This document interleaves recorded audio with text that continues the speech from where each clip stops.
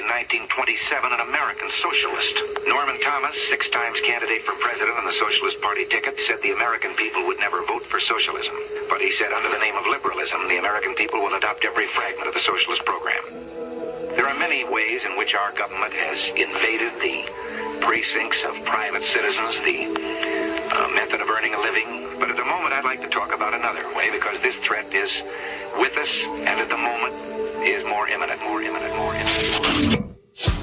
One of the traditional methods of imposing statism or socialism on a people has been by way of medicine. It's very easy to disguise a medical program as a humanitarian project. Most people are a little reluctant to oppose anything that suggests medical care for people who possibly can't afford it. Now, the American people, if you put it to them about socialized medicine and gave them a chance to choose, would unhesitatingly vote against it.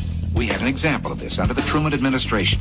It was proposed that we have a compulsory health insurance program for all people in the United States, and of course the American people unhesitatingly rejected this. So with the American people on record as not wanting socialized medicine, Congressman Ferran said, if we can only break through and get our foot inside the door, then we can expand the program after that.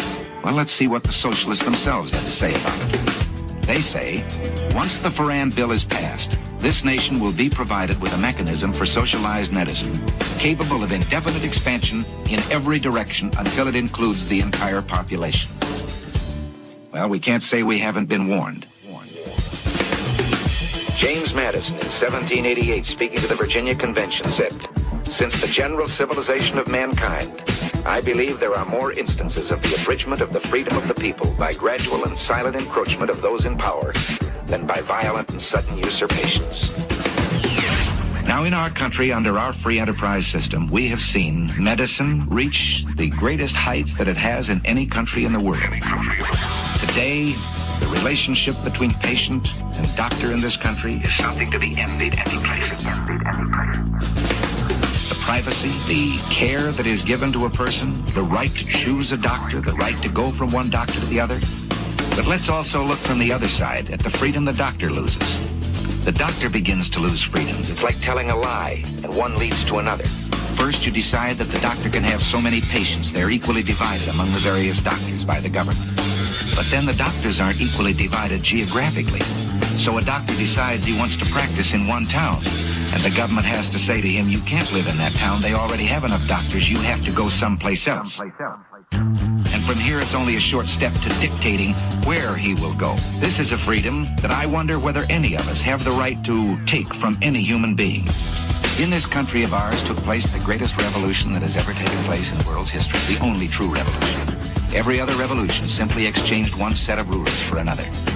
But here, for the first time in all the thousands of years of man's relation to man, a little group of men, the founding fathers, for the first time, established the idea that you and I had within ourselves the God-given right and ability to determine our own destiny. This freedom was built into our government with safeguards.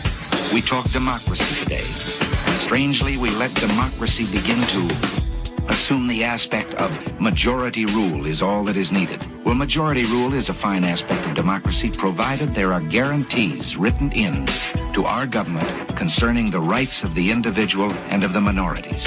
What can we do about this? Well, you and I can do a great deal.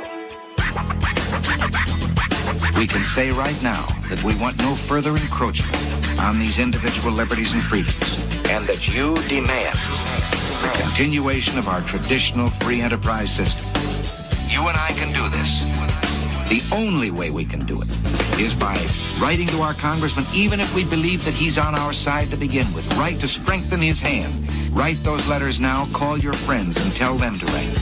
If you don't, this program, I promise you, will pass just as surely as the sun will come up tomorrow. And behind it will come other federal programs that will invade every area of freedom as we have known it in this country. Until, one day, as Norman Thomas said, we will awake to find that we have socialism. And if you don't do this, and if I don't do it, one of these days, you and I are going to spend our sunset years telling our children and our children's children what it once was like in America when men were free.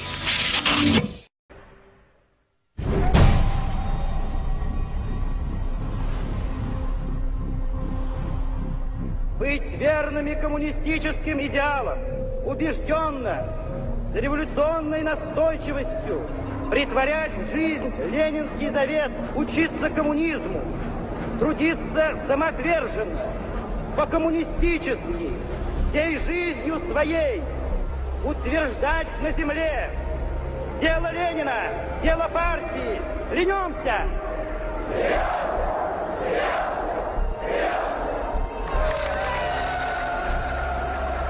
The Soviet regime demanded absolute loyalty. Those who did not toe the party line were considered dissidents and labeled enemies of the state. With no more than a whisper to the secret police, they would vanish into one of these special psychiatric hospitals. Despite the risks, these so-called dissidents put their ideas of freedom into action. Я вел жизнь тайную, конспиративную. Никто не знал, что я это делаю. У меня была маленькая подпольная типография, и я стал делать листовки. While others considered themselves loyal Soviet citizens. Я, например, считал, уверенно считал, что я один из лучших советских людей.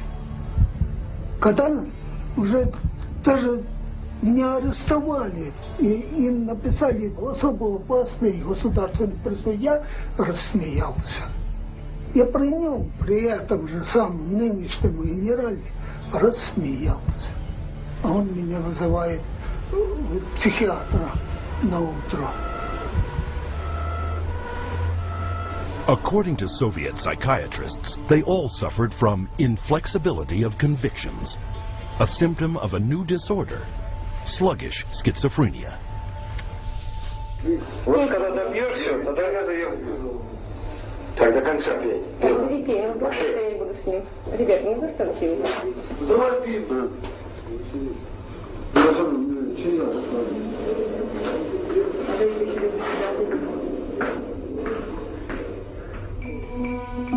Like their counterparts in other countries, the Soviet psychiatrists prescribed powerful drugs to cure their patients. Но они никогда их с удовольствием не принимали. Находят пути их не принимать. Мы обязаны просмотреть прием лекарств, например, чтобы больные лекарства дошли до больного. Вот они где-то, как говорится, в горле проглатывают, все, ротовая полость чистая.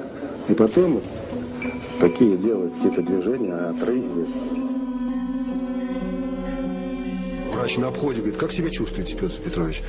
Я говорю: послушайте, вот, а там, когда 5 кубиков галоперидола, то надо, например, слюна до полу.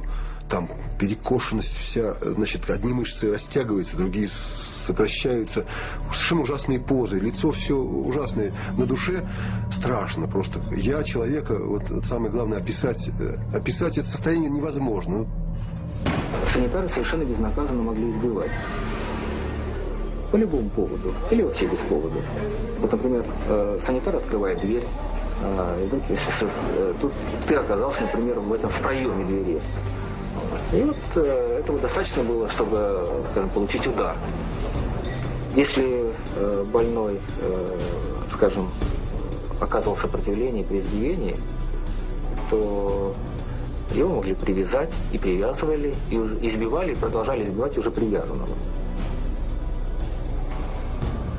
Проходит, допустим, год-два, там выписывают убийц, выписывают насильников. Михаил, ты бы лучше убил бы кого-нибудь, мне бы легче было тебя отсюда вытолкнуть.